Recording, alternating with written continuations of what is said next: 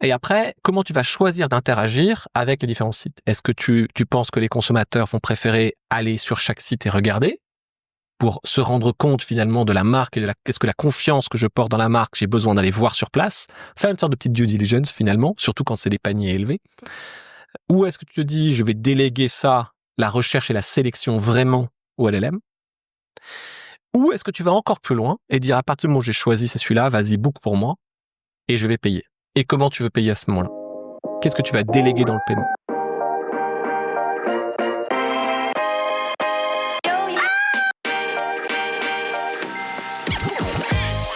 Bonjour et bienvenue parmi les Digital Doers, le podcast qui donne la parole aux décideurs de l'écosystème retail et e-commerce. Depuis 2020, avec mon partenaire, l'événement One-to-One Retail e-commerce qui se tient en mars à Monaco, nous tâchons de vous faire partager les visions et les retours d'expérience des leaders de notre secteur. J'ai le plaisir d'être avec Sonia Mamin, directrice de l'événement. Alors bonjour Sonia, peux-tu nous présenter le One-to-One en quelques mots? Bonjour Cyril, le One-to-One Retail e-commerce réunit depuis 2011 la communauté des décideurs de l'écosystème à Monaco pendant 3 jours et à huis clos. Le concept est simple, ce sont des rendez-vous business entre prestataires de solutions et les C-level, agrémentés de moments de networking. Effectivement, le one-to-one est réellement un rendez-vous incontournable. C'est également des keynotes et des conférences d'exception. Effectivement, nous avons beaucoup de contenu de grande qualité avec des intervenants triés sur le volet pour aborder des sujets d'actualité, donner de l'inspiration et partager des retours d'expérience. Merci Sonia pour cette rapide présentation. Pour en savoir plus, comment doit-on faire? C'est ultra simple, vous allez directement sur le site internet du One-to-One Monaco ou vous suivez notre page LinkedIn pour en savoir plus. Merci Sonia, à très bientôt à Monaco et d'ici là en audio, toujours sans coupure. Aujourd'hui, nous allons parler d'un sujet qui touche absolument tous les e-commerçants, quelle que soit leur taille, leur maturité ou le secteur. Comment prendre de bonnes décisions dans un monde où tout s'accélère? Depuis l'arrivée de l'IA générative qui a bouleversé notre manière de travailler, de produire du contenu, de générer notre data, d'organiser nos équipes et plus largement, de penser le commerce en ligne. La vitesse d'adoption est inédite, on n'avait pas vu une rupture technologique de cette ampleur depuis l'arrivée d'Internet ou du premier iPhone. Dans cet environnement mouvant, les dirigeants doivent arbitrer vite, mais sans se tromper. Ils doivent aller au rythme de l'innovation, mais garder un cap clair. Et ils doivent trier entre ce qui révèle d'un effet de mode et ce qui transforme réellement leur business. Pour en parler, j'ai le plaisir de recevoir Olivier Binet, le CEO de PrestaShop. PrestaShop, bien sûr, vous le connaissez, c'est un acteur majeur de l'e-commerce en Europe, mais surtout un observateur privilégié des transformations qui traversent la chaîne de valeur, le front, le back, les outils, les usages et les organisations. Avec Olivier, nous allons explorer ce que cette accélération signifie vraiment pour les marchands, comment l'IA redistribue les cartes, comment garder la maîtrise de sa donnée et comment décider vite, mais décider juste. Une discussion qui se veut lucide, stratégique, sans discours commercial, pour aider tous les professionnels qui nous écoutent à comprendre ce qui se joue aujourd'hui. Mais avant de commencer, Olivier, peux-tu te représenter derrière ce micro, parce que tu l'as déjà fait une première fois il y a quelques années, dans d'autres circonstances, mais je t'invite à le recommencer, parce que c'est important que tout le monde ait le même niveau d'information te concernant. Avec plaisir. Bonjour. Donc, je m'appelle Olivier Binet et ça fait à peu près 25 ans que je travaille dans l'e-commerce. Donc, tout d'abord comme e-commerçant, il y a très très très longtemps pour le groupe TF1. Pour ceux qui connaissent Téléshopping, c'était une super aventure. J'ai adoré ça. Le live shopping de l'époque. Le live shopping et puis étonnamment multicanal bien avant l'heure. Téléshopping, c'était l'émission de télé, c'était un site internet évidemment e-commerce, c'était du mobile commerce. On parle avant 2010, avant l'iPhone, donc c'était quand même très en avance. Et puis même des boutiques physiques, donc c'était omnicanal bien avant que ça ne devienne une mode. Téléshopping, puis après je suis parti chez PayPal. J'ai fait quelques années chez PayPal où j'ai travaillé, donc évidemment très proche de l'e-commerce. Et là où ça compte finalement le plus, c'est quand l'argent rentre. Et puis chez PayPal aussi, j'ai beaucoup travaillé sur l'innovation. Les nouveaux usages des consommateurs et des entreprises, mais surtout des consommateurs. quelles sont les nouvelles façons d'échanger de l'argent, notamment si je prends par exemple l'exemple de la mobilité, on ne paye plus le taxi à Paris comme c'était il y a 20 ans, n'est-ce pas? Oui, il y a même moins. Même moins.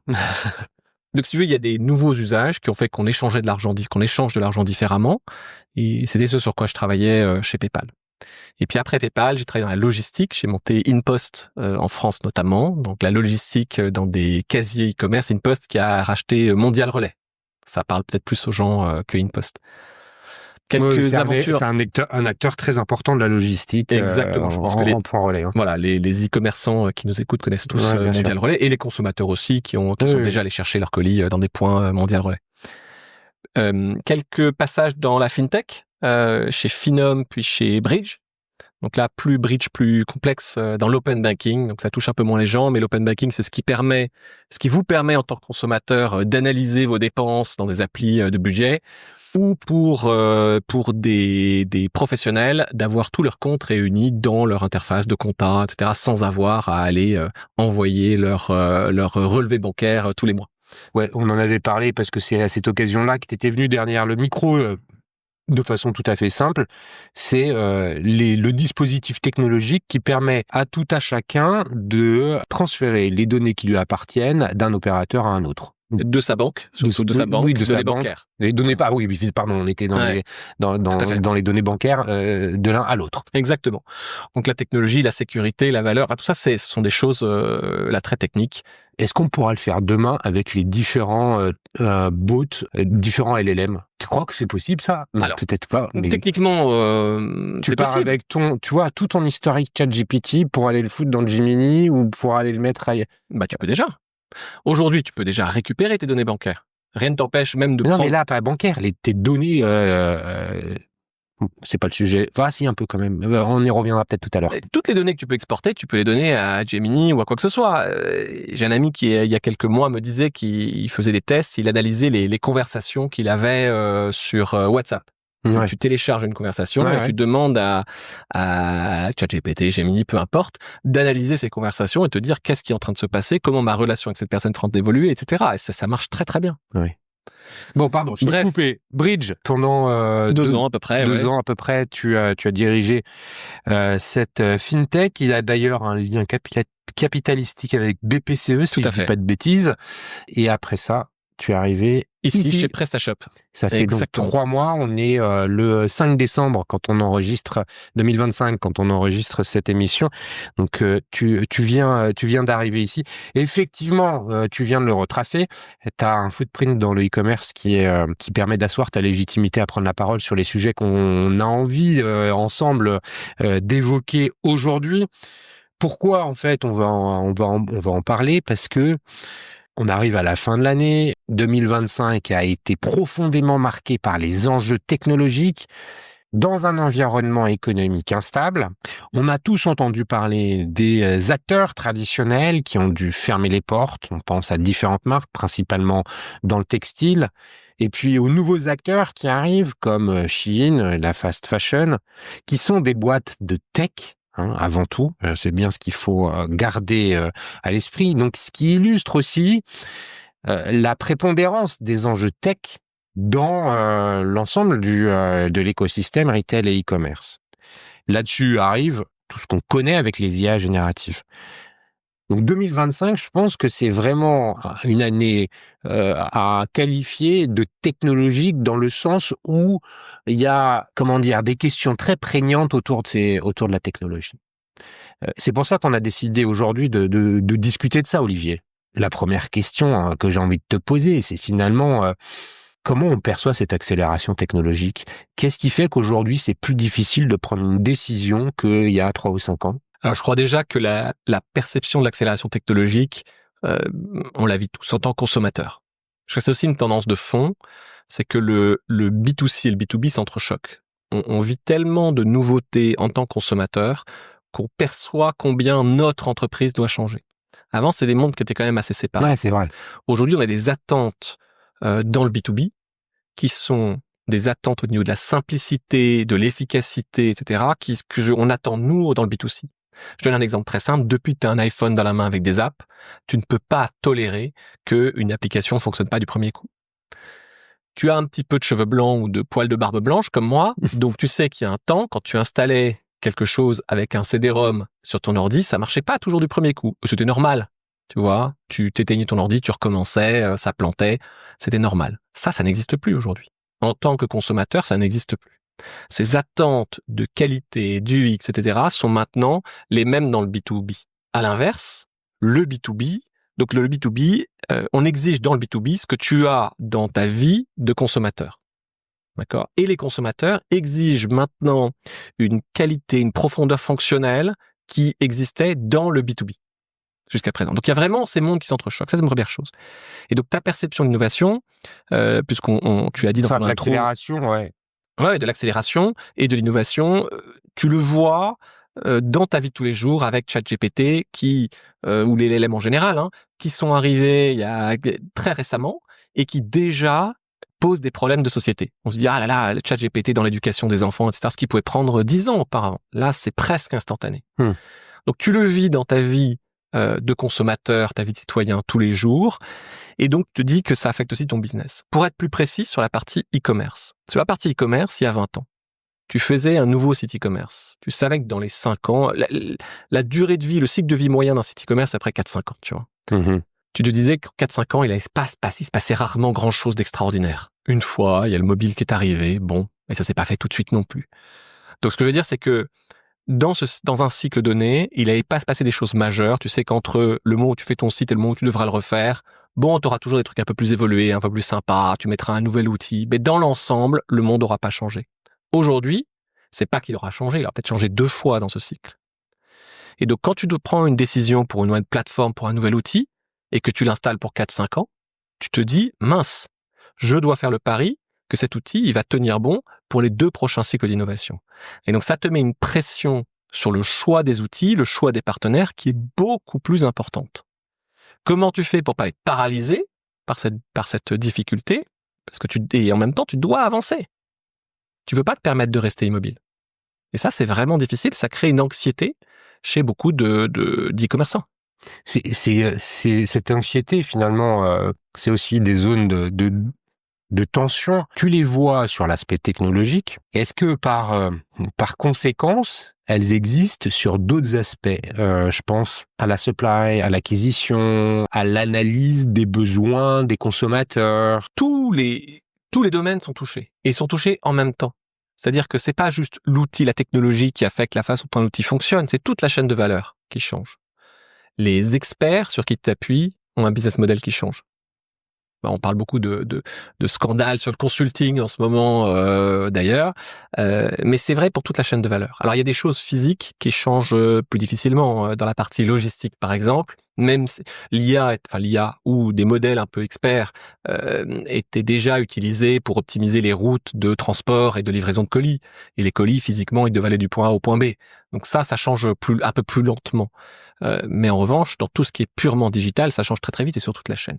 Pour d'autres exemples, et si on pense notamment à la partie acquisition, qui est un vrai pain pour les e-commerçants, ça coûte de plus en plus cher tous les ans et il y a de plus en plus d'environnements qu'il faut payer.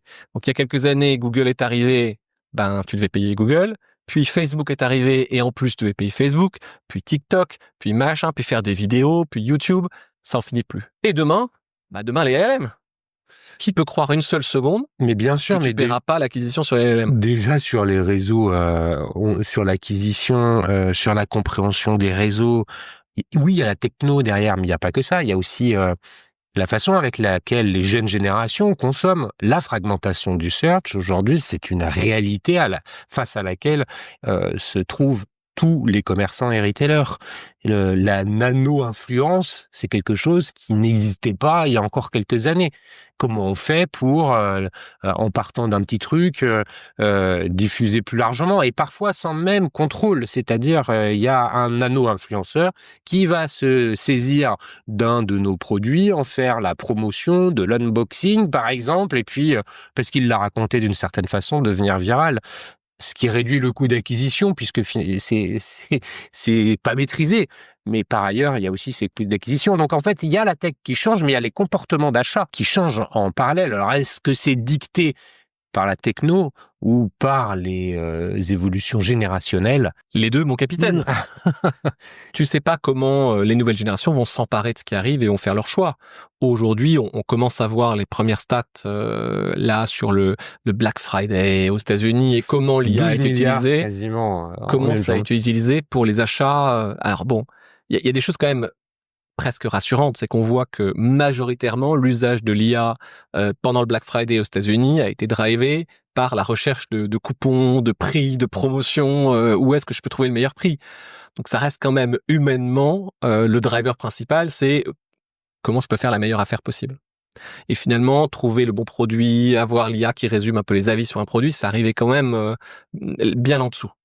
C'est vraiment toujours le prix qui drive. Et là, c'est compliqué de se battre aussi contre des Chinois, surtout en temps de crise. Ouais. Justement, tu fais une bonne transition sur le sujet de l'IA. On en parlait avant d'enregistrer sur ce qu'il y a eu comme mode technologique. On rigolait en se rappelant de certaines réalités auxquelles on avait du mal à croire. Et puis finalement, à raison. Aujourd'hui, on peut évidemment pas dire que l'IA générative est une mode. C'est une évolution, c'est une rupture. Je le disais en introduction, on a eu Internet, puis l'iPhone. L'IA, générative, c'est la troisième étape. Comment on peut finalement qualifier tout ça? Écoute, quand tu regardes techniquement, tu auras toujours des gens pour dire que c'est une évolution parce que ça existe depuis un moment. La rupture, elle est dans le fait que n'importe qui peut demander en langage naturel à une IA de travailler pour lui. La rupture, elle est dans l'usage. Elle est dans l'usage. Et la rupture, si tu veux, c'est ce prompt ou cette interface très très basique dans laquelle tu demandes n'importe quoi et tu as une réponse, c'est quand même magique. La première fois que tu demandes quelque chose à un LLM waouh de dingue. et que tu le vois travailler et te produire un truc, tu te dis c'est dingo, c'est dingo. Et dans les usages, tu vois, j'en parlais hier, en tant que chef d'entreprise, tu as envie que tes employés s'emparent de l'IA et le comprennent fortement et qu'ils l'utilisent tous les jours. Et c'est là que tu vois qu'il y a beaucoup d'études qui montrent déjà qu'il y a deux façons de l'utiliser, principales. Il y en a une dans laquelle tu te décharges de tout effort cognitif et qui te rend débile, un peu plus débile chaque jour. Et tu as des gens qui se font challenger par l'IA et qui finalement, eux, deviennent meilleurs grâce à l'IA. Et tu as vraiment cette évolution en K, des gens qui deviennent rapidement plus débiles et des gens qui deviennent rapidement meilleurs. Et ça, c'est un tel sujet d'éducation. J'ai des enfants, ma fille aînée va avoir 21 ans, elle est étudiante, et c'est exactement le sujet que j'aborde avec elle, c'est l'intelligence avec laquelle tu promptes. Parce qu'en tant qu'étudiant, la tentation est vraiment forte de demander à ChatGPT de s'organiser pour toi. Ça pose plein de problèmes de société, et si tu veux, on peut dire la même chose pour un e-commerçant. Tu en as qui vont faire rédiger toutes leurs fiches produits, etc. avec l'IA. D'accord, mais au final, est-ce que c'est vraiment de la qualité? Est-ce que une IA qui demain va lire cette fiche produit va l'apprécier autant qu'un être humain ou l'inverse? Donc, il y a des vraies questions autour de ça. Et il y a déjà des études qui sortent là-dessus.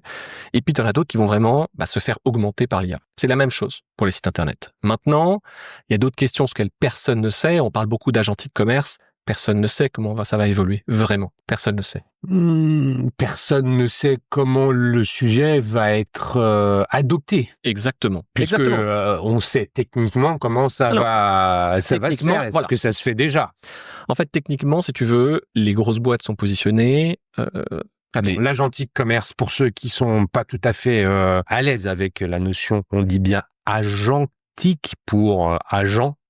Ça vient de là, agentique commerce, c'est le commerce réalisé par des agents IA. Principalement, on peut en compter deux natures, ceux qui sont intégrés chez les retailers ou les e-commerce, les e-commerçants sur leur site. Donc, ce sont des agents qui appartiennent aux retailers et qui sont comme des personal shoppers à l'intérieur du shop et qui vont vous aider à accélérer pour remplir votre panier, et puis vous prenez la décision de valider le panier d'achat.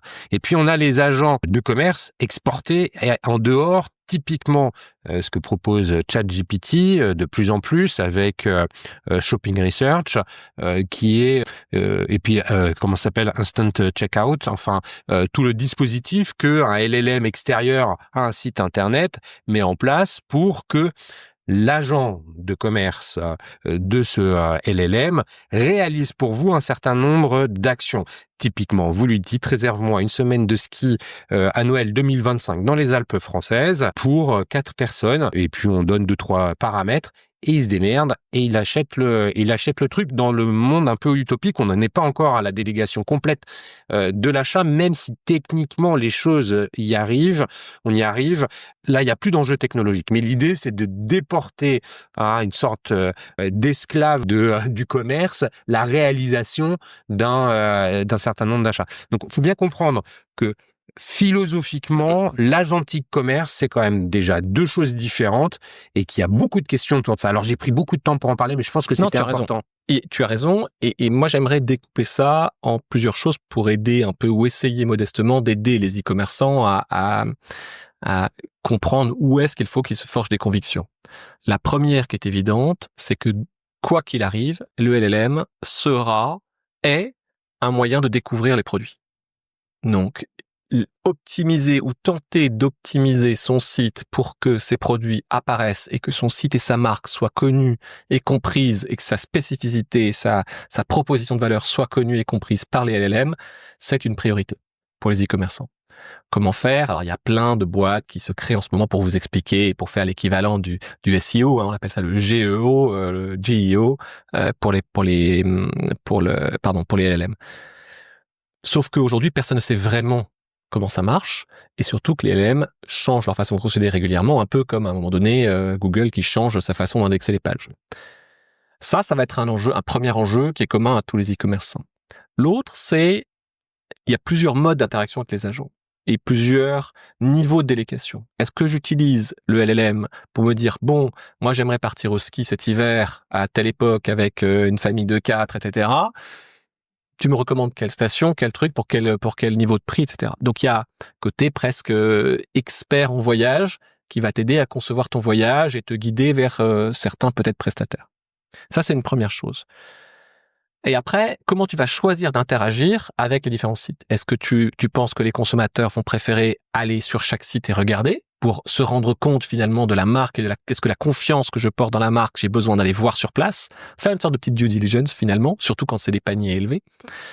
Ou est-ce que tu te dis, je vais déléguer ça, la recherche et la sélection vraiment au LLM? Ou est-ce que tu vas encore plus loin et dire à partir du moment où j'ai choisi c'est celui-là, vas-y, book pour moi et je vais payer. Et comment tu veux payer à ce moment-là? Qu'est-ce que tu vas déléguer dans le paiement?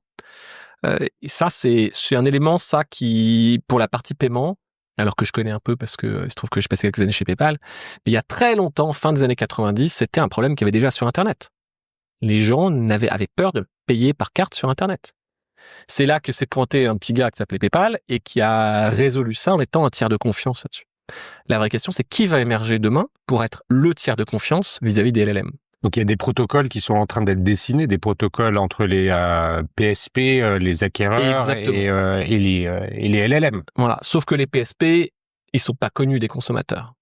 Enfin, toi, tu les connais parce que tu les as sur la table. Non, mais c'est pour ça qu'il y a les schemes qui arrivent aussi par-dessus. Donc, les schemes essayent, tu as des wallets de plus en plus. Hein, les schemes, pour ceux qui sont pas à l'aise avec le mot scheme, c'est Visa, Mastercard, Wero qui arrivent en Europe. Exactement, ou les historiques comme les PayPal et tout ça. Pardon. Donc, qui vont être les tiers de confiance pour vous, pour payer demain en ligne? Voilà. Donc, c'est pas étonnant qu'un PayPal se positionne pour être le wallet exclusif pour OpenAI, etc. Ça paraît normal, c'est leur proposition de valeur originelle. Mais il y en a d'autres qui vont le faire. C'est quelle conviction chaque e-commerçant aura par rapport à ça. Il y a le minimum vital, le GEO, faire des bonnes fiches produits, être visible. Et le GEO, en fait, c'est entre guillemets la suite du référencement, la suite du SEO. Exactement. Et je vous invite d'ailleurs à écouter ce qui a été raconté dans l'épisode qui s'appelle GEO, la suite du SEO, qui passait il y a pas longtemps. C'est des sujets dont on parle, ça c'est le référencement, mais il y a un truc qui va plus loin pour les commerçants. C'est le MCP. Bien sûr. Le MCP, c'est ce protocole qui permet à un commerçant d'ouvrir un accès au LLM à, on va dire, sa base produit. Et ça c'est fondamental. Donc, d'ouvrir les LLM pour plusieurs choses d'ailleurs. Hein. Le MCP serveur va vous permettre donc d'interagir avec un LLM, soit pour lui pousser des données, mais aussi pour faire des choses sur le back-office, par exemple, du site. Donc, chez PrestaShop, on a un MCP serveur qui d'ailleurs de plus en plus sur lequel on peut mettre des LLM open source. Je précise juste pour tout le monde que le LLM, en tant que consommateur, on a l'impression qu'il agit toujours de la même façon. Sauf que selon les montées de version, il va plus agir de la même façon. Donc ce que vous avez conçu pour OpenAI, pour ChatGPT un jour, peut ne plus fonctionner la semaine suivante. Donc il y a une vraie utilité parfois. Ce qu'on a conçu, c'est... Tu veux dire quoi? Toi, si tu décides que tu vas utiliser... Tu parles de côté consommateur? Non, pardon, excuse-moi. Si tu es un e-commerçant et tu décides d'utiliser ta technologie, ta brique e-commerce intègre un MCP serveur, tu vas pouvoir utiliser un LLM pour faire des choses sur ton site. Analyser tes ventes, générer des fiches produits, faire plein de choses, d'accord? Si tu as ça qui fonctionne bien sur ton site et que tu utilises un LLM comme l'OpenAI par exemple, si eux changent leur façon de fonctionner, demain, ça risque de casser ce qui se passe. Okay. En l'occurrence, c'est marrant parce qu'on avait une démo qui s'est arrêtée de fonctionner le jour de la démo parce qu'il y avait une mise à jour par laquelle on n'était pas au courant. C'est pour ça qu'on utilise aussi des LLM. On permet d'utiliser des LLM open source qui, eux, sont beaucoup plus stables dans le temps. Et puis, on n'a pas forcément besoin d'une performance extraordinaire pour tout. Donc ça, c'est un élément important à prendre en compte pour tout le monde et à bien se poser la question de la stabilité du résultat quand on utilise ça pour des processus internes. Donc il faut faire des vérifications régulières. C'est plus des vérifications. Il faut utiliser quelque chose dont on sait qu'il va être stable dans le temps. D'accord ? Utiliser les LLM et les MCP serveurs en interne, c'est très puissant, mais ça demande une vraie stabilité dans les processus et donc dans les résultats de l'interaction avec les LLM. Vers l'extérieur, en revanche, et c'est vrai que ces protocoles permettent d'échanger les fiches produits, de faire finalement d'avoir tous ces produits qui sont facilement lisibles par les LLM et qui sont visibles dans les LLM. Là, la question se pose de comment ils y arrivent. C'est-à-dire, est-ce que vous le faites vous directement avec les LLM ou est-ce que c'est votre brique e-commerce qui, parce que souvent pour les SaaS d'ailleurs, qui ont tous leurs clients SaaS, dont tous les produits sont remontés dans les LLM. Sauf que finalement, il y a un intermédiaire entre votre site et les LLM. Qui choisit quels produits apparaissent? Quand vous avez deux intermédiaires, vous avez deux algorithmes pour faire simple. Mmh. D'accord? C'est une vraie question à se poser. Et c'est un vrai risque stratégique pour un e-commerçant. Comment on y répond à ça? En posant la question très directement, notamment quand vous êtes, j'allais dire pas prisonnier, mais selon le type de technologie que vous utilisez. Si vous utilisez une technologie SaaS, vous êtes dépendant de l'outil SaaS pour toutes ces choses-là. Donc, votre outil SaaS, quelle est sa politique et comment est-ce qu'il le fait? C'est quoi le niveau de transparence dans le fait qu'il pousse tous les produits? Vous pouvez lui demander très simplement, pourquoi tu aurais intérêt à pousser mon produit si j'ai un concurrent qui est aussi chez toi et qui a des produits moins chers ou qui te donnent plus de marge? Et les modèles économiques des LLM vont aussi échanger. Et par-dessus, tu mets les modèles économiques des LLM. Mais toi, en tant que marchand, du coup, il y a deux niveaux à maîtriser. Ça, stratégiquement, c'est une vraie question à se poser quand on est e-commerçant. Là, tu viens d'ouvrir le sujet que je voulais aborder avec toi. C'est justement la stack e-commerce des e-commerçants. On peut en faire la distinction entre ce qui est front et ce qui est back office. Ouais. Je le disais justement en introduction. Le front, c'est ce qui se voit, c'est ce dont on parle. C'est ce qui est médiatique. Le back l'est beaucoup moins. Et pour autant, les évolutions, elles se jouent bien autant dans le back que dans le front. Évidemment. Le front, c'est ce qui va le plus changer. C'est-à-dire que, en tout cas de façon visible, est-ce qu'il y aura toujours besoin d'un front si les gens demain achètent tous directement via le LLM? Et en même temps, c'est là-dedans que votre marque existe. Alors on commence à voir... Alors attends, je te fais une pause. Parce que l'idée... Elle est évidente pour toi, je la recontextualise aussi pour ceux pour lesquels c'est pas évident. Si jamais on ouvre des conditions, puisqu'on ne sait pas ce qui va se passer, si jamais la tech et la régulation s'entendent pour que en Europe, on puisse laisser au LLM la possibilité de faire des courses pour nous, comme on a commencé à l'évoquer tout à l'heure, ça sous-entend que nous n'avons plus, nous consommateurs, besoin de nous rendre sur le site. Donc, le parcours d'achat s'en trouve singulièrement modifié pour l'utilisateur, mais aussi pour le commerçant qui, lui, ne voit plus les habitudes d'achat, les comportements d'achat et peut-être même, dans une certaine mesure, la donnée. Même si les protocoles qui sont en cours de création entre les LLM et les marchands, en dehors des au-delà des MCP, c'est justement de capter un peu de données, parce que le commerçant on a bien besoin, entre autres pour livrer le produit. Mais donc il y a plein de questions qui se posent sur l'UX. Est-ce que c'est un UX des sujets qui disparaissent? Est-ce que les utilisateurs vont quand même continuer à aller sur les sites? Est-ce qu'on va voir arriver des sujets type dark store, uniquement conçus pour les LLM? Bref, c'est de ça qu'il s'agit quand tu parles de ça. Et je pense qu'il fallait un petit peu l'introduire. Tu as bien fait, je vais beaucoup trop vite. Et finalement, tu as une version digitale presque du showrooming. C'est-à-dire que tu te dis, est-ce qu'il n'y a pas un endroit où je vis l'expérience de la marque, qui peut être digitale, et un endroit finalement où j'ai les choses bassement transactionnelles. C'est peut-être deux environnements différents. Peut-être, peut-être pas. Peut-être que les deux coexisteront. N'oublions pas que c'est un plaisir tout à fait humain de faire du lèche-vitrine. C'est une activité à part entière pour les gens. La vie commerciale n'est pas uniquement transactionnelle. Et d'ailleurs, les e-commerçants le savent bien. Ils voient bien que, notamment pour les produits un peu chers ou plaisir, les gens les achètent pas, ils achètent de façon spontanée, mais ils l'ont vu peut-être 5, 10, 15, 20 fois avant de venir l'acheter. Ça se fait pas en une seule fois. Donc il y a un plaisir à se faire du mal, à regarder le produit, est-ce que je l'achète, est-ce que je l'achète pas, etc. Ça m'arrive régulièrement. Mais surtout en cette période juste avant Noël où on est en train de tester les idées qu'on a pour les uns, pour les autres, aller voir le site. Ah, c'est pas mal, ouais. Mais est-ce que ça va lui plaire vraiment dans ce sens, comme ci, comme ça Mais la question aussi, c'est est-ce que demain, c'est pas quelque chose que tu vas en partie déléguer à ton LLM? C'est-à-dire, moi, maintenant, il me connaît super bien. Je peux vous dire que il sait vraiment beaucoup de choses sur moi. C'est flippant, mais en même temps, c'est super. Et elle dit, tiens, je veux trouver un cadeau pour ma femme, un ami, etc. J'ai fait l'essai il y a 2 jours sur OpenAI, sur ChatGPT, pour lui demander de m'accompagner. Alors, la réflexion est un peu plus longue que d'habitude, que pour d'autres requêtes. Mais le résultat, il est dingue. Il est dingue. Mais attends, parce que tu peux aller plus loin. C'est-à-dire, à quel moment tu pourrais pas avoir ton agent qui va demander à l'agent de ta femme, par exemple, tiens, qu'est-ce qui pourrait lui faire plaisir? Discrètement, on se parle tous les deux, comme ça, je lui souffle à l'oreille ce qui ferait plaisir à sa femme pour la surprendre, tout en connaissant parfaitement ses goûts et ses couleurs. Là, on va très loin. Mais j'adore. Alors, tu sais, il y a un truc dans mon job que j'aime bien, c'est que parfois, je rencontre des gens, des patrons de grosses boîtes qui font l'avenir du commerce, etc. Et ben, je leur pitch, moi, ce que j'aimerais avoir, tu vois. En l'occurrence, ça, je l'ai fait avec un patron de grosse boîte américaine. Je dis, moi, j'aimerais que mon agent fasse ça. J'aimerais lui dire, écoute, moi, je préfère acheter local, même si je paye 5, 10, peut-être 15% de plus, mais pour que ce soit un commerçant du quartier ou pas loin, etc. Mais du coup, je veux que mon agent, il connaisse ses préférences à l'avance. Et ça, je suis prêt à le confier uniquement à un vrai tiers de confiance. En quoi tu vas me donner confiance pour que je te donne ces informations? Là, on est éloigné des problématiques des e-commerçants. Mais là, on est sur finalement une utilisation du front. Revenons sur les sujets plus back-office. Quand on parle de back-office, on pense à beaucoup d'opérations. Alors, dans le back-office, on peut entendre parler de bases de données, mais aussi de supply.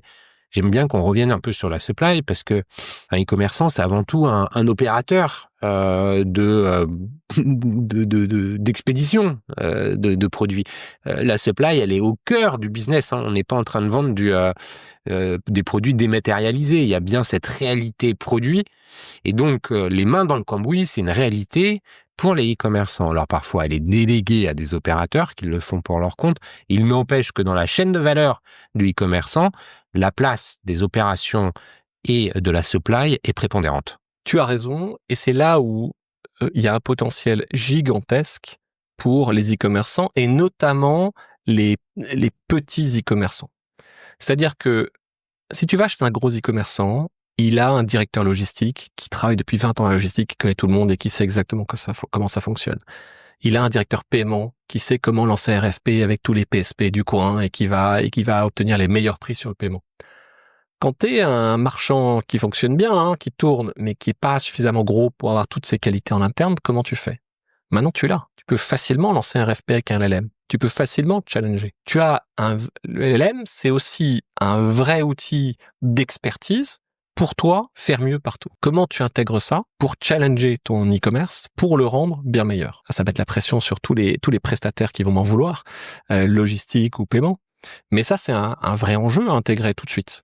Pas besoin d'intégration. Ils vont pas t'en vouloir parce que Non, mais ils le savent. Ils le savent, et puis tu vas pas, c'est pas un ChatGPT qui va remplacer la gestion des flux bancaires, de l'acquisition. C'est pas un ChatGPT qui va emballer à ta place les paquets pour les expédier Tout pour à fait. Noël. Mais il peut te dire assez simplement, là, par rapport à un business de ta taille, dans le temps que tu mets pour préparer les commandes, t'es pas au top. Oui, tu vas pouvoir faire mieux. Donc, c'est plus de valeur. Et dis-moi comment je pourrais faire mieux. Et il va te donner des suggestions. Et ça, c'est une expertise facile à avoir. Comment il fait pour faire mieux, pour tu reconnectes ton ERP avec ChatGPT? Non, je vais trop loin, mais c'est quoi? Si, mais c'est exactement ça. Aujourd'hui, d'ailleurs, c'est marrant, on a tu sais, chez PrestaShop, comme on est open source et qu'on a une marketplace, tu as toute une communauté de développeurs, d'agences, etc., qui développent des modules. Et qui les mettent à disposition de la communauté des marchands. Et on a, le jour même où on a lancé notre MCP serveur, on a des agences qui avaient créé en avant-première des modules qui te permettent d'analyser tes ventes, qui te permettent directement dans ton back-office et qui te permettent d'être un meilleur commerçant. Ça, c'est vraiment une révolution, notamment pour ces plus petits e-commerçants qui n'ont pas les moyens d'avoir une expertise en interne full-time. Ça, c'est pas possible. Ou qui ont des tâches parfois très chronophages, de reporting, etc., qu'on fait pas aussi souvent qu'on voudrait parce qu'on n'a pas le temps. Concrètement, c'est ces dispositifs qui évoluent, qui se finalement démocratisent pour un plus grand nombre, permettent d'améliorer quoi? La gestion des stocks, l'anticipation des stocks, les pics, même la performance des produits. Ou tu sais, il y a toujours des questions sur quel produit je mets en avant sur le site. Faire de l'A/B testing, etc. Parfois, certains e-commerçants connaissent à peine ces termes. Et puis, t'as pas le temps, t'as pas l'expertise pour mener ces expériences, pour comprendre, pour avoir des insights sur ce qui se passe. Parce que là, en fait, tout ce dont on parle, je crois qu'on a bien décrit, en fait, le contexte dans lequel tout cet écosystème évolue, les enjeux, ça va très vite. Et justement, la question qu'on posait tout à l'heure, qui est le thème de cette émission, c'est mais comment décider au milieu de tout ça? Et typiquement, ce que tu viens de nous décrire me fait poser cette question-là. Comment un dirigeant aujourd'hui va pouvoir déléguer à ressources existantes l'utilisation de l'IA? Comment il va pouvoir leur demander de s'augmenter? Est-ce qu'il y a quelqu'un au niveau du COMEX qui doit piloter ce genre de choses? Bref, on est au cœur là des enjeux de décision, de gouvernance, dans tout ce monde qui va très vite. Écoute, moi je remonte d'un cran. C'est déjà, dans ce monde qui va très vite, comment je me laisse le plus de portes ouvertes et stratégiquement que je me retrouve pas étranglé demain. Donc on l'a dit, il y a des problématiques de demain. Est-ce que je suis complètement pieds et poings liés pour la façon dont mes produits vont remonter dans les différents LLM? Ou est-ce que c'est quelque chose que je peux, si je le veux, maîtriser? On revient là stratégiquement à quelque chose qui est assez proche de où sont mes données. Est-ce qu'elles m'appartiennent? Est-ce qu'elles sont en Europe ou pas? On n'est pas loin de ça. Donc ça devient des questions de plus en plus le business importante. Sur les marketplaces, c'est déjà ça quelque part. Quand tu utilises une marketplace, ta donnée, t'en as plus beaucoup. Et exactement. Donc il y a des questions qui deviennent de plus en plus stratégiques parce qu'on voit bien que la donnée, elle est encore plus importante qu'elle ne l'était ces dernières années. Et après, la question c'est si je change ma plateforme demain pour les 5 prochaines années, avec qui je veux faire ce pari? Et là, les modèles des différents prestataires sont plus ou moins anxiogènes quand on gratte sur ces sujets-là. Est-ce que je suis pieds et poings liés sur la façon dont je vais devoir interagir avec les LLM? Est-ce que demain, j'ai le choix sur comment je peux utiliser l'intelligence artificielle dans mon back-office?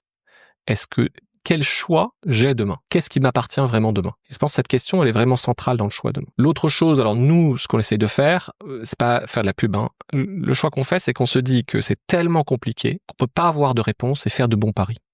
Ce qu'on fait en revanche, c'est sur le corps. Les instructions que moi j'ai passées et ce qui est notre obsession, c'est qu'on essaye d'être future-proof. Quoi qu'il arrive demain, le corps pourra interagir avec un LLM ou quoi que ce soit d'autre demain dans la façon dont ça fonctionnera.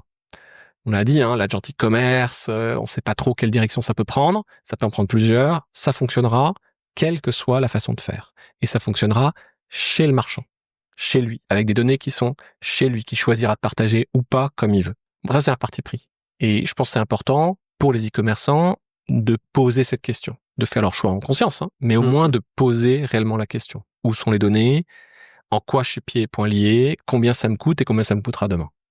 Vraiment. Et ces questions-là, tu les délègues à différents responsables. Est-ce que ça se pilote, ces réflexions-là, ou alors est-ce que c'est finalement demander à chacun du COMEX de se saisir de ces questions et ça se structure? Comment Là, je pense d'une part, on est sur des décisions tellement stratégiques qu'il doit y avoir une conviction forte du dirigeant de e-commerçant, très clairement. Je partage ton point de vue. Sur l'IA, l'obsession, c'est comment est-ce que toute l'entreprise s'empare de l'IA. Chaque personne doit s'en emparer et chaque personne doit s'augmenter. D'ailleurs, moi, j'ai une présentation qu'on va faire là bientôt chez PrestaShop, alors qu'on est quand même, tu vois, on a sorti MCP Server, on peut se dire qu'on est quand même assez éduqué sur l'IA, sur ce que je disais tout à l'heure, sur l'évolution en K, les deux branches du K, de l'utilisation de l'IA. Ceux qui deviennent de plus en plus débiles et ceux qui sont augmentés. Je pense qu'il faut que chacun se saisisse de ça, à titre personnel et professionnel, et se prenne en main. Et l'entreprise deviendra meilleure. C'est pas juste des grands choix stratégiques. Il y a un choix stratégique qui appartient aux dirigeants, mais il y a aussi comment tu fais pour que individuellement, chacun prenne sa responsabilité pour s'augmenter.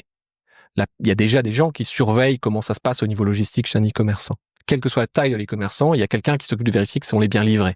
D'accord? Mais être bien livré et pouvoir être livré mieux, on n'a pas tous la connaissance profonde du domaine pour poser cette question. Quelqu'un qui a un directeur logistique qui fait ça depuis 20 ans, il a l'expertise en interne. Un e-commerçant qui fait 1 million d'euros de chiffre d'affaires par an, il n'a pas un directeur logistique en interne. On est bien d'accord, et justement, pour reprendre ton image du cas, face à ces sujets-là, on peut l'appliquer également. Il y a ceux qui vont peut-être surinvestir, ceux qui vont sous-investir, face à la multiplication des enjeux autour de la tech en général, de l'IA en particulier, et puis il y a cette espèce de FOMO technologique. Oui. Est-ce que ça, c'est quelque chose dont on doit se méfier? Non, mais tu dois toujours te méfier du FOMO, mais en même temps, tu sauras si tu as eu raison ou pas que a posteriori. Donc bon, ça c'est un peu moins grave. C'est tellement... Parce que ça tourne beaucoup autour de l'IA, ce qu'on se dit de l'accélération due à l'IA. La grande différence avec beaucoup d'autres technos, c'est que l'IA touche absolument tout le monde, dans toutes les familles, partout. Et donc, éduquer les employés d'une entreprise à être bons dans l'utilisation de l'IA, donc être sur la bonne branche du K, c'est ça aussi qui va faire que toute l'entreprise va devenir meilleure avec l'IA et prendre des bonnes décisions. Et peut-être faire un tout petit peu mieux la part des choses. Mais c'est pas parce que toi t'es bon que l'utilisation de la masse va être bonne. On est bien d'accord. Et de tes clients. Est-ce que tu as observé des erreurs qui ont été faites de ce style-là, où c'est encore finalement... Sur l'IA, tu veux dire? Ouais, je sais pas, sur l'IA, sur les décisions, en fait, les décisions qui sont prises ou pas prises, des réflexions autour de comment on fait pour y aller, on y va pas. Est-ce que tu entends des gens dire, ouais, attends, pour moi, aujourd'hui, le principal, c'est quand même d'être sur Google parce que c'est encore 95% du trafic, le reste, on verra. Tu vois, on entend plein de discours. T'as encore ça tu l'as encore complètement, pour l'instant. Tu l'as encore complètement. Mais je pense que ça touche tellement de monde, tellement vite, que tout le monde au moins se pose la question. Même ceux qui disent, attends, on verra. Enfin, ça va quand même beaucoup plus vite. Mais tu sais, je raconte une anecdote que je raconte souvent, sur le mobile, ça a pas été instantané, Je me souviens quand j'étais chez PayPal et qu'on avait parié sur le mobile, c'était en avance de phase. Et quand j'allais voir des gros e-commerçants ici en France, et que je leur disais, les gars, il vous faut une app là, et qu'on me disait, mais non, c'est une mode, ça passera, c'est les Américains, machin, etc. Je l'ai entendu, mais plein de fois, de très gros e-commerçants français. Ça aurait pu être qu'une mode. Aujourd'hui, c'est partout. Moi, il y a une forme de pari pascalien à faire, si tu veux. Les apps, il y a deux types deux zones géographiques qui les consomment différemment. Il y a l'Europe et les États-Unis. La Chine, je sais pas, mais peut-être aussi la Chine comme les États-Unis. En France, on consomme moins d'apps mobiles et plus de comment dire, de version mobile, tout à fait. Des sites web. Et voilà. Écoute, c'est très vrai. Non, mais c'était une parenthèse. Non, mais tu as raison. Mais même le fait de passer une plateforme en mode responsive, donc pour ceux qui ne connaissent pas, c'est être automatiquement reconnu comme étant un visiteur du site sur un terminal mobile et que du coup le site soit affiché d'une façon qui va bien. Même ça, c'était compliqué à l'époque. Hein. Donc ce que je veux dire, c'est que pas penser FOMO, mais penser pari pascalien. Donc se dire, qu'est-ce que je veux pour ma plateforme pour être prêt relativement rapidement. Alors il y a un truc qui est pas mal quand même. Il y a un truc qui est pas mal, une lueur d'espoir pour tout le monde. C'est qu'on vit aussi à l'ère du lovable. Et ce qui veut dire, donc pour ceux qui connaissent pas lovable, hein, mais c'est finalement utiliser ces nouvelles technologies pour créer n'importe quoi de technologique très rapidement. C'est un gros résumé. Mais ce qui veut dire que vous pourrez peut-être rattraper une forme de retard assez rapidement, si c'est purement technologique et si vous avez choisi la bonne plateforme de base. Ce qui est pas rattrapable, c'est votre marque en tant qu'e-commerçant. Moi, c'est modestement une recommandation, c'est comment ma marque interagit avec l'IA, cette nouvelle technologie, mais garder la marque au centre. La deuxième chose, c'est comment est-ce que je fais pour une plateforme sur laquelle je pourrais toujours me rattraper. Et là, tu viens de mettre le doigt sur un sujet qui est clé, puisque lié à la marque et à la donnée. Oui. La donnée, t'en as parlé un peu tout à l'heure, t'as lâché le mot souveraineté. Quand on réfléchit, comme tu viens de le faire, sur finalement on pourra toujours rattraper une tech parce que c'est que de la tech, mais si la marque, la donnée et là où est la donnée sont maîtrisées, c'est la condition pour qu'on puisse rattraper un retard tech. C'est ce que tu dis en substance, c'est comme ça? C'est un vrai enjeu. Alors, quand je dis on peut rattraper la tech, c'est jamais aussi simple que ça, mais ça l'est plus. À condition, toujours pareil, hein, d'avoir fait le choix stratégique, d'avoir une plateforme dans laquelle c'est rattrapable et que c'est vraiment entre mes mains. Donc quand on parlait de comment je prends mes décisions, moi c'est comme ça que je vois ces décisions. Quel pari je peux faire aujourd'hui ou ne pas faire, mais en revanche ne pas me fermer de porte pour demain et pouvoir rattraper relativement rapidement. Comment j'investis dans ma marque et comment j'investis dans être meilleur au quotidien en utilisant ce que les LLM savent faire très bien aujourd'hui, c'est finalement apporter une forme d'expertise immédiate à tous les niveaux. Comment elle m'augmente et comment elle m'augmente en tant qu'entreprise. Et ça, je pense que c'est vrai pour les e-commerçants. Et après, on va voir les paris qui se font. Hein. Moi, les paris qui se font, on va voir ce qui marche, on va voir ce qui marche pas.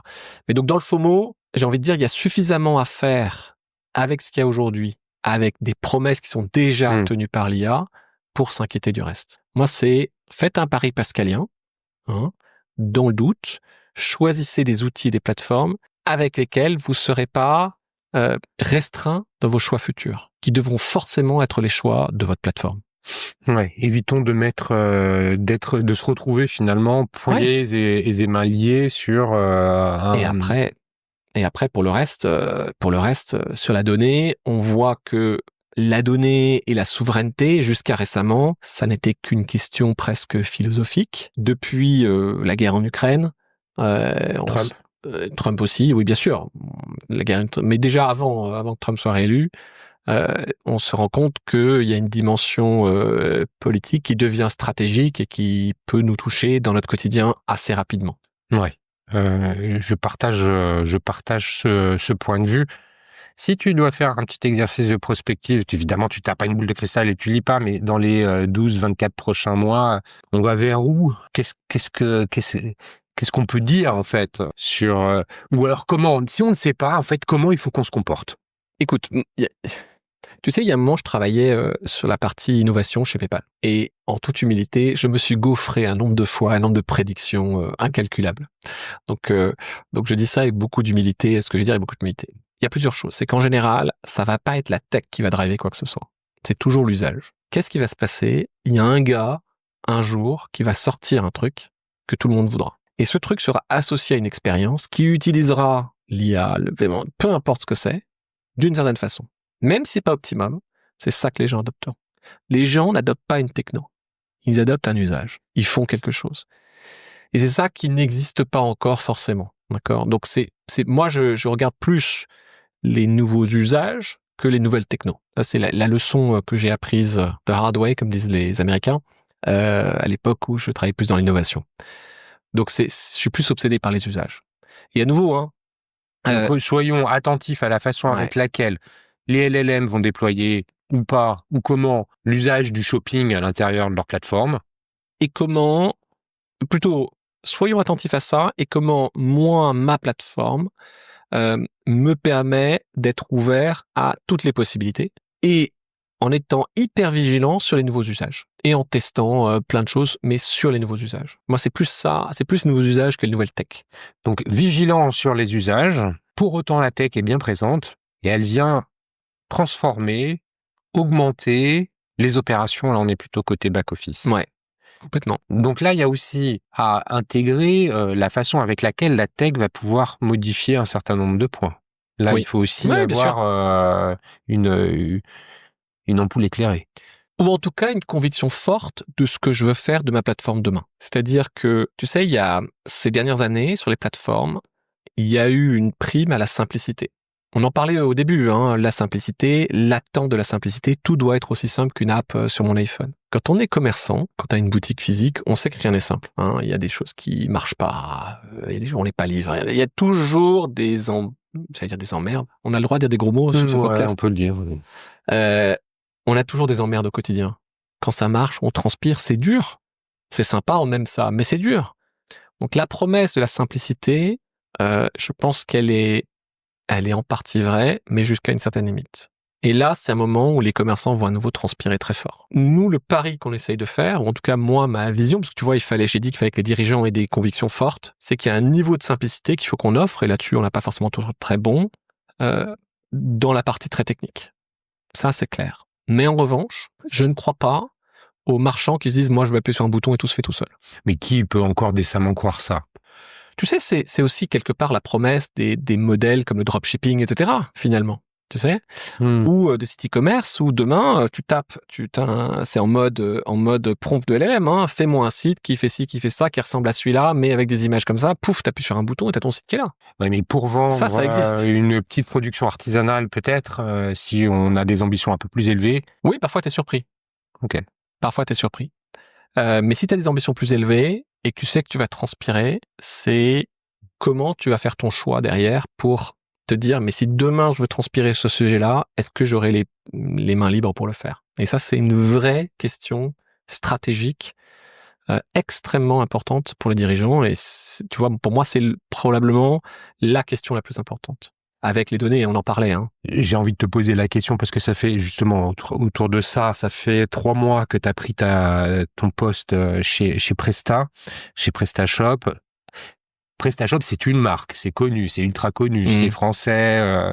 C'est quoi la vision que tu as pour l'entreprise, justement, pour l'adapter au contexte qu'on vient d'évoquer ensemble? Ouais. Nous, si je regarde les forces et les faiblesses de PrestaShop, l'une des forces, c'est que PrestaShop, c'est une solution open source. Donc, elle est customisable complètement. Tu t'empares du code, tu fais ce que tu veux avec. C'est génial. Le problème, c'est quand tu customises trop, tu veux plus le faire évoluer. Parce qu'à un moment donné, ça te coûte cher de maintenir quelque chose qui est complètement custom ou qui a été très customisé. Comment tu fais évoluer sur une version plus moderne? Tu dois refaire tout le code qui était customisé. Il peut pas être inclus dans ce que nous on fournit. Donc, c'est comment nous, on guide les agences et les e-commerçants pour que on puisse facilement migrer vers des nouvelles versions de PrestaShop demain de façon quasi indolore, tout en gardant une flexibilité extraordinaire. Moi, je veux que le core product de PrestaShop devienne à la fois très fort technologiquement, pour qu'on puisse intégrer toutes les nouvelles techno, MCP serveur, etc. qu'on a, un module Géo, etc. Et en même temps, que ce soit très facile d'upgrader sur des nouvelles versions qui adopteront des nouvelles technologies. Ça, c'est une première chose qui, pour moi, est importante, sur laquelle on n'a pas toujours été très bon, nous, et dans la façon d'interagir avec les agences qui intégraient du PrestaShop et à qui on disait pas aussi clairement, peut-être, que certaines customisations rendraient les montées de version compliquées. Ça, c'est une première chose.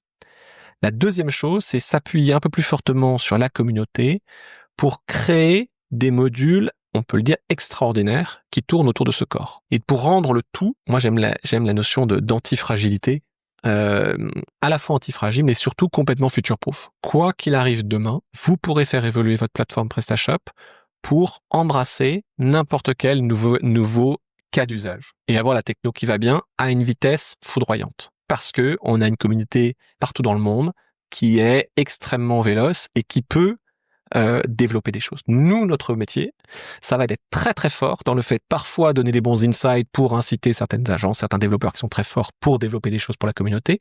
Mais l'autre chose, c'est comment on garantit cette qualité et ce fonctionnement vraiment symbiotique avec ce corps qui, lui, on garantit qu'il est au top.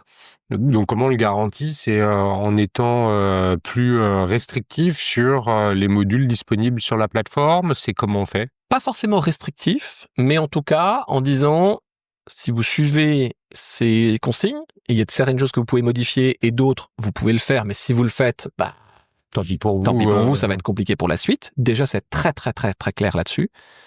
C'est une première chose. Et l'autre chose sur les modules, c'est sur certains modules, en tout cas, qui pour nous sont clés, être capable, en quelque sorte, d'apporter une sorte de tampon en se disant, celui-là, on l'a vraiment vérifié toutes les coutures et il fonctionne de façon symbiotique avec le corps. Parce qu'on a une plateforme aussi qui est ouverte quelque part, donc n'importe qui quasiment peut mettre un module sur la marketplace. Pas tout vérifier, etc. Mais certains qui auront un tampon PrestaShop fonctionneront de façon complètement symbiotique. Et le but pour moi, c'est que demain, un e-commerçant, il soit d'abord libre de faire ce qu'il veut, c'est sa responsabilité, mais que s'il suit les guidelines et qu'il fait les choses bien avec des bonnes agences et tout ça, il a un site qui pourra évoluer dans le temps de façon formidable, c'est-à-dire qu'il sera toujours, il sera jamais lié par rapport à une techno et qu'il y a des choses qu'il ne pourra pas faire, et il pourra choisir où est-ce qu'il met ses données, comment il interagit avec les LEM, etc. Ce sera son choix. Et donc c'est pour ça que je dis, il faut que les dirigeants e-commerce aient des convictions fortes, et ils pourront retranscrire ces convictions, quelles qu'elles soient, dans leur outil PrestaShop. Olivier, c'est hyper clair et cohérent avec finalement tout le discours que tu as tenu depuis le début. On comprend jusqu'où tu vas dans l'aboutissement de cette stratégie pour PrestaShop. Je pense que les auditeurs qui utilisent PrestaShop reconnaîtront la proposition de valeur que tu leur fais et l'évolution de cette proposition de valeur. J'ai l'impression qu'on a évoqué à peu près tous les sujets qu'on avait décidé d'évoquer ensemble. Je ne sais pas s'il y a un point sur lequel tu as envie de revenir. Si on veut rentrer en contact avec toi, je pense que LinkedIn, c'est la meilleure des solutions. LinkedIn, les différents salons sur lesquels on est présent, et puis on organise pour nos marchands et les agences ce qu'on appelle les PS Tours, qui sont des petits événements qu'on organise un peu partout en France, mais aussi à l'étranger. J'étais à Milan il y a pas longtemps, ou en Pologne, à Cracovie. On organise des PS Tours un peu partout. Donc venez sur le site de PrestaShop, on les annonce, et vous pouvez venir nous voir, me voir sur ces différents salons avec grand plaisir. Donc PrestaShop, toujours disponible avec ses équipes pour vous accompagner dans les projets qui sont les vôtres. Si à titre plus personnel, vous voulez rentrer en contact avec Olivier, LinkedIn, ou alors vous pouvez passer par moi s'il y a un sujet important, je me ferai un plaisir de te transmettre les requêtes qui me seront transmises. Merci chers auditeurs pour la fidélité avec laquelle vous écoutez les différents épisodes. Merci des messages que vous me faites parvenir. Je vous le rappelle, le podcast est disponible sur toutes les plateformes d'écoute, quelles qu'elles soient. Il y en a un grand nombre. Spotify, Apple Podcasts, Deezer, Apple Music, mais aussi sur YouTube. Donc, je vous invite à vous abonner sur celle de votre choix, de partager autour de vous l'existence de ce contenu. Par exemple, celui-ci, partagez-le à d'autres e-commerçants qui pourraient être intéressés. Olivier, merci encore pour l'accueil. On enregistre dans les bureaux de PrestaShop. Merci pour la qualité de cet échange. Et puis, je te dis à très bientôt. À bientôt. Merci beaucoup.